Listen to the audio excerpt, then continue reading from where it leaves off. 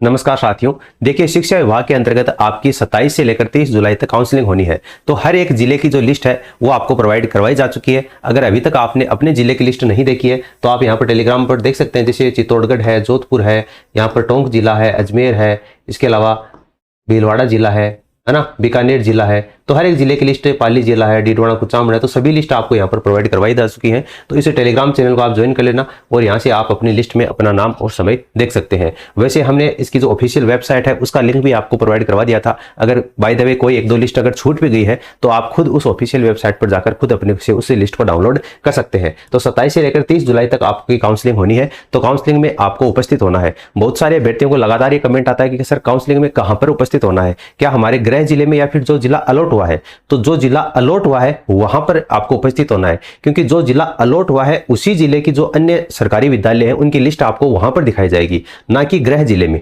अब बहुत सारे अभ्यर्थियों का यह भी कमेंट आ रहा था कि सर मैं धौलपुर से हूं और मेरे को बालोतरा टेक दिया। तो बिल्कुल भाई साहब, अगर आपको बालोतरा जिला दिया गया है तो बालोतरा में ही आपको जाना पड़ेगा और वहीं पर आपको काउंसलिंग करवानी पड़ेगी।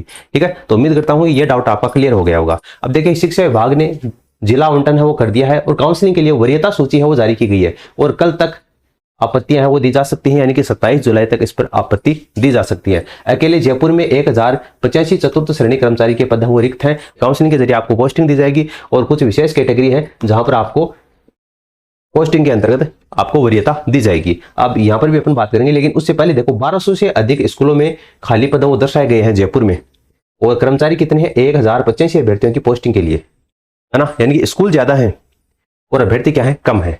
तो आने वाले समय में फिर से 4th ग्रेड कर्मचारी की भर्ती है वो बड़े पदों के ऊपर आने वाली है। दूसरी बात है, ये जो वरीयता सूची जारी की गई है ना, कौन कौन से अभ्यर्थियों को किस तरीके से, अगर आपको इसको लेकर कोई भी आपत्ति है तो आप 27 जुलाई को दोपहर 2 बजे तक कार्यालय में ईमेल या अवश्य अपनी आपत्ति है वो दर्ज करा सकते हैं। फिर आप जितनी भी आपत्तियां आएंगी उनका निस्तारण किया जाएगा और इसके बाद में अलग से एक वरीयता सूची जारी की जाएगी और 27 से लेकर 30 जुलाई के बीच में आपकी जो काउंसलिंग होगी, 31 जुलाई को आपका ज्वाइनिंग लेटर है वो जारी कर दिया जाएगा। लेकिन इस काउंसलिंग में अच्छा, ये जो न्यूज़पेपर में आर्टिकल दे रखा है इसमें तो देखो 4 नंबर पर पति पत्नी प्रकरण दे रखा है और 5 नंबर पर फिर से पति पत्नी प्रकरण दे रखा है। 4 नंबर है वो यहाँ पर 2 बार लिख दिया है ना। तो ये आपको वरीयता सूची सही नहीं दे रखी है। वरीयता सूची सही ये है, काउंसलिंग में आपकी जो वरीयता क्रम होगा प्रायोरिटी ऑर्डर, उसका नियम यह है। बीकानेर निदेशालय और कार्मिक विभाग के द्वारा जो काउंसलिंग की वरीयता सूची जारी की गई है वो कुछ इस तरीके से है। यहाँ पर सबसे पहले जो दिव्यांग अभ्यर्थी हैं सबसे पहले उन्हीं को मौका मिलेगा। लेकिन बहुत सारे अभ्यर्थियों का लगातार इंस्टाग्राम पर डीएम आ रहा है, उनका यह कहना है कि सर एकल महिला के अंतर्गत कौन आता है।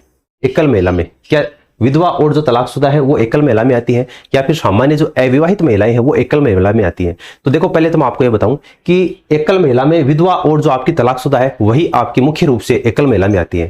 लेकिन जो बीकानेर निदेशालय के द्वारा वरीयता सूची जारी की गई है इसमें आपकी विधवा और तलाकशुदा को अलग लिख दिया, फिर एकल महिला को अलग लिख दिया।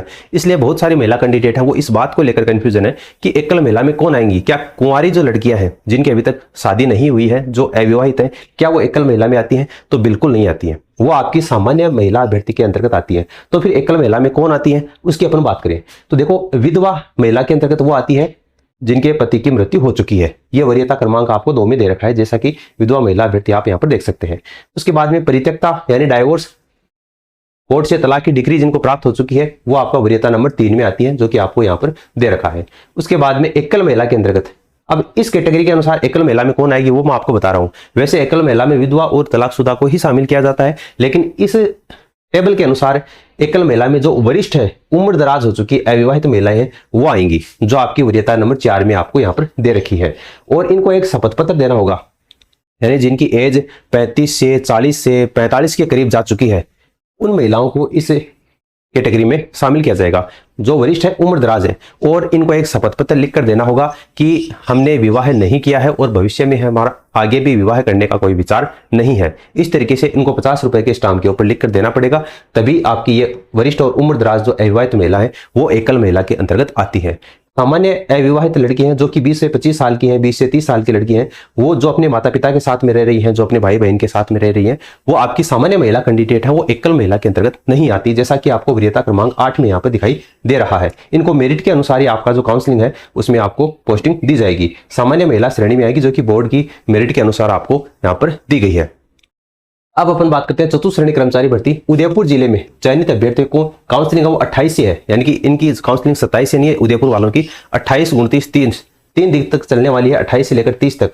ठीक है। ये आपकी जिला शिक्षा प्रशिक्षण संस्थान डाइट में उदयपुर में चलेगी। ठीक है, उदयपुर वालों की जो भी काउंसलिंग है वो आपकी डाइट के अंतर्गत चलने वाली है। हर एक जिले की अलग अलग डाइट होती है, आप सभी को पता है। तो उदयपुर की जो डाइट है वहां पर उदयपुर वाले बच्चों की काउंसलिंग है वो चलने वाली है। और जो भी वरीयता वाले कैंडिडेट हैं उनको 27 जुलाई 2026 तक शाम को 5 बजे तक आवश्यक दस्तावेज जमा कराने होंगे। यानी ये जो मैंने आपको लिस्ट दिखाई है ना अभी, इसी कैटेगरी में अगर कोई वरीयता चाहता है तो उदयपुर वाले जो भी कैंडिडेट हैं उनको 27 तारीख को शाम को 5 बजे तक अपने दस्तावेज जमा कराने होंगे। जैसे कोई विधवा है, परित्यक्ता है, दिव्यांग है, भूतपूर्व सैनिक है, जिसका पति प्रकरण चल रहा है। अच्छा, पति प्रकरण में भी कल मैंने आपको वीडियो प्रोवाइड करवाया था, उस पर काफी वीडियो की लोगों के कमेंट आ रहे थे। उनका ये कहना है कि सर जैसे मैं नौकरी लग गया, मेरी घरवाली नौकरी नहीं लगी है, तो क्या मैं पति पत्नी प्रकरण के तहत वरीयता में आ जाऊंगा? अरे भैया नहीं आओगे, कैसे आओगे आप, है ना। यहाँ पर देखो ये चुन्नू मुन्नू से आपको दिखाई दे रहे हैं और बीच में ये प्रेम की रसदार निकल रही है। इसका मतलब क्या है? सरकार ये कह रही है कि अगर दोनों नौकरी लगे हुए हैं तो पति और पति को बिछड़ना नहीं चाहिए। इसलिए पति प्रकरण में वो व्यक्ति आते हैं जो कि दोनों सरकारी कर्मचारी में, लेकिन राजस्थान की नौकरी है तो अपन ये मानते हैं कि राजस्थान सरकार में अगर कोई व्यक्ति लगा हुआ है, अगर उसकी ड्यूटी जैसे मान लो एक को बालोतरा है, एक की ड्यूटी, और दूसरों को धौलपुर आ गई, तो फिर कैसे मिलेंगे बेचारे वो, है ना। मिलना उनका पॉसिबल नहीं हो पाएगा। इसलिए 60 साल की अगर नौकरी होगी तो 60 साल के बाद में क्या प्रेम करेंगे वो। तो सरकार ये चाहती है कि अगर दोनों सरकारी सेवा में है तो इनको बिछड़ने ना दिया जाए, दोनों को ही अपने गृह जिले में या फिर एक ही जिले में उनकी पोस्टिंग दी जा सकती है। जैसे अगर मान लीजिए कि वो रहने वाले तो सीकर के हैं, लेकिन जयपुर में वो 15 साल से रह रहे हैं, एक व्यक्ति नौकरी लगा हुआ है और उसी की धर्मपत्नी या फिर उसका जो पति है वो अब चतुर्थ श्रेणी में नौकरी लग रहा है, तो वो पति प्रकरण के तहत वरीयता में अपना दस्तावेज है वो जमा करवा सकता है, ताकि उसको वो चाहा गया जो भी जिला है, जैसे उसकी धर्मपत्नी की ड्यूटी अगर जयपुर में है तो उसको जयपुर में पोस्टिंग दे दी जाए। तो इसके तहत जो पति पत्नी प्रकरण में है वो आते हैं जो दोनों नौकरी में शामिल होते हैं। और उदयपुर वालों की बात करें तो काउंसलिंग से संबंधित विस्तृत जो निर्देश और अभ्यर्थियों की सूची है वो विभाग की वेबसाइट के ऊपर उपलब्ध कर दी गई है, जो हमने आपको हमारे टेलीग्राम चैनल पर बता दिया गया था। और अब 25,000 पदों पर सफाई कर्मियों की भर्ती होगी, कैबिनेट में लगेगी मुहर। एक सप्ताह के अंतर्गत अगले सप्ताह में कैबिनेट की बैठक होनी प्रस्तावित है। और लंबे समय से विवादों में चल रही ये जो आपकी सफाई कर्मी भर्ती है, जो पहले 5 लाख से अधिक युवा है जिन्होंने इसके लिए आवेदन किया था, 3 बार ये भर्ती प्रक्रिया है वो स्थगित हो चुकी है,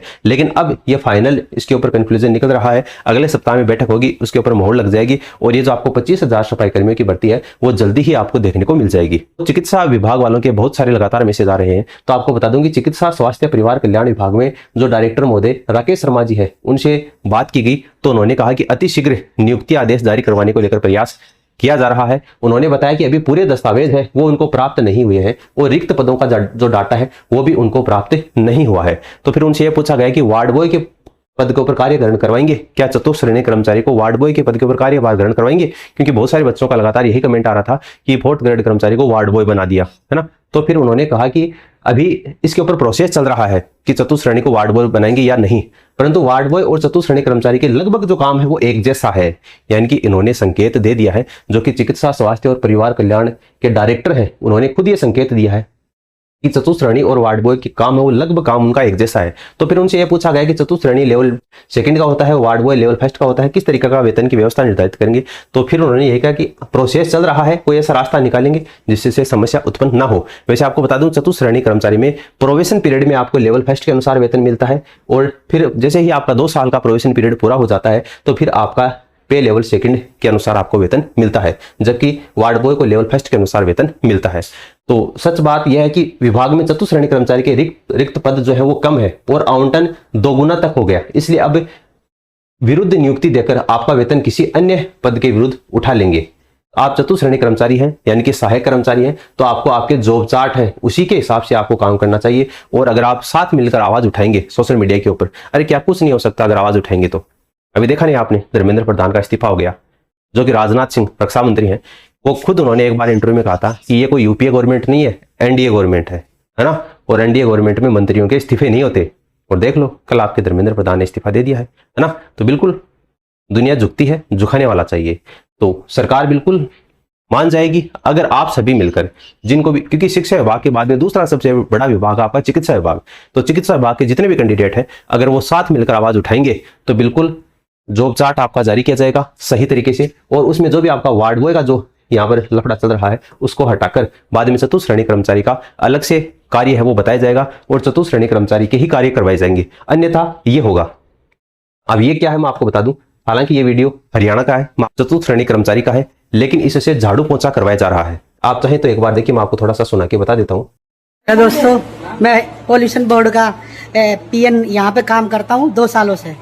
और यहाँ पे अभी एच के आर एक बंदा था, ये सुग्गू, और उसने मेरे को अभी यहाँ पे मारा है और ये लगी हुई है। और इन्होंने वीडियो बनाई, ये जय साहब है। कल इनके साथ हमारा डिस्प्यूट हुआ था कि इस बात पे ये कह रहे थे कि झाड़ू लगा यहाँ पे, ये मेरे को कह रहे थे कि झाड़ू लगा, जबरदस्ती झाड़ू लगवाया जा रहा था मेरे से। और मैंने कल इनको कहा तो ये कह रहे कि मैंने कुछ नहीं कहा, वहां जाके बदल गए बात को। और कहने का मतलब सीधा सा है, अगर आप साथ मिलकर सभी आवाज उठाएंगे तो चतुर्थ श्रेणी कर्मचारी में चिकित्सा विभाग से वार्ड बॉय को चतुर्थ श्रेणी कर्मचारी में शामिल करके वही काम करवाए जाने पर जो विचार चल रहा है वो हटाया जा सकता है, वरना यही हालत आपकी आने वाले समय में हो सकती है। सच्चाई कड़वी होती है, मैं जो बोलता हूं वो सच बोलता हूं, इसलिए हो सकता है आपको सुनने में बुरा लगे, लेकिन हालात आगे जाकर यही होने वाले हैं जो आप यहाँ पर इस बच्चे का देख रहे हैं, है ना, जिसके कारण बहुत सारे अभ्यर्थी आगे आने वाले समय में बिल्कुल रिजाइन देंगे अगर इस तरीके से हाल रहा तो। क्योंकि जो व्यक्ति 10-10 साल तक 8-8 साल तक मेहनत करके लगा है और फिर वो जाकर वो झाड़ू पोछा करेगा तो उसको दिक्कत होगी, है ना। इसलिए अगर आप पहले से चाहते हैं कि ये काम आपसे करवाया जाएगा और आप करने में असमर्थ है तो बिल्कुल आप चाहें तो ज्वाइन ना करें, क्योंकि बहुत सारे ऐसे अभ्यर्थी हैं जो ये काम करने के लिए तैयार बैठे हैं, बस उनको नौकरी लग जाए, है ना। अरे परिवार में हालत कितनी खराब होती है आपको पता नहीं है शायद, क्योंकि आप संयुक्त परिवार में रहते हैं और आपके सब आपके पास में होते हैं तो इतना आपको एहसास नहीं होता है, लेकिन जो सिंगल होते हैं उनको एहसास है कि नौकरी की उनको कितनी जरूरत है। तो अगर आपको जरूरत नहीं है तो बिल्कुल आप चाहे तो ज्वाइन ना करें। ऐसे बहुत सारे अभ्यर्थी बैठे हैं जो झाड़ू पोछा लगवाने के लिए भी तैयार बैठे हैं कि हम लगा लेंगे, बस हमें सरकारी नौकरी दे दो, तो वो ये काम करने के लिए भी तैयार बैठे हैं। बाकी आप सब मिलकर अगर आवाज उठाएंगे तो वार्ड बॉय के पद को चिकित्सा विभाग में चतुर्थ श्रेणी कर्मचारी से अलग कर दिया जाएगा। फिलहाल एक करने के ऊपर विचार चल रहा है। अगर अभी भी आपका कोई सवाल है तो बेझिझक आप नीचे कमेंट सेक्शन में कमेंट करके पूछ सकते हैं।